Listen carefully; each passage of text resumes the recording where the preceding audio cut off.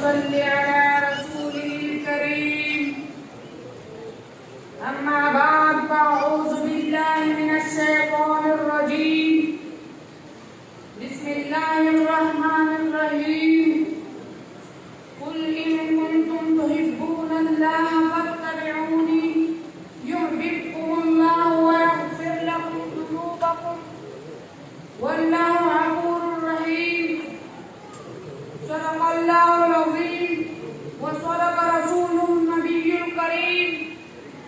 رئيس الهب للميمون وإخوان الطلاب، إني أريد أن أقصي أمام حضراتكم عن كلمة حول الموضوع شمائل وشيم على نبي محمد صلى الله عليه وسلم.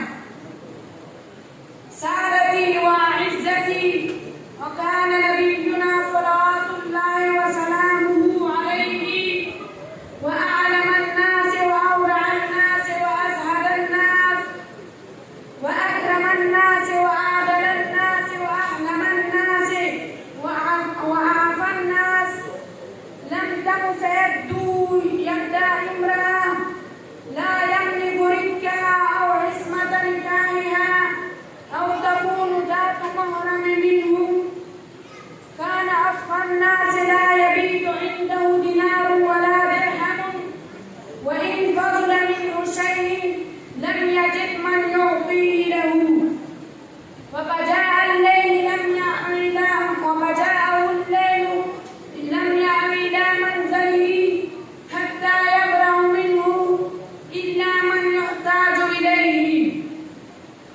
أيها الإخوة، كان عليه الصلاة والسلام يقبل على أصحابه بالمباسطة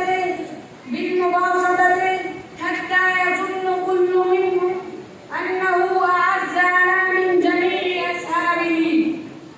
كان أشد الناس حياء لا يثبت بصره في وجه أحد، وكان يجيب الدعوة الحر والعبد ويقبل الهدي ولو أنها جرعة اللبن، ولا يعود المرز المساكين الذين لهم ويهدمون بنفسه، كأن يتلطف بخواطره ويتطفل من أنقطع من مجلسه.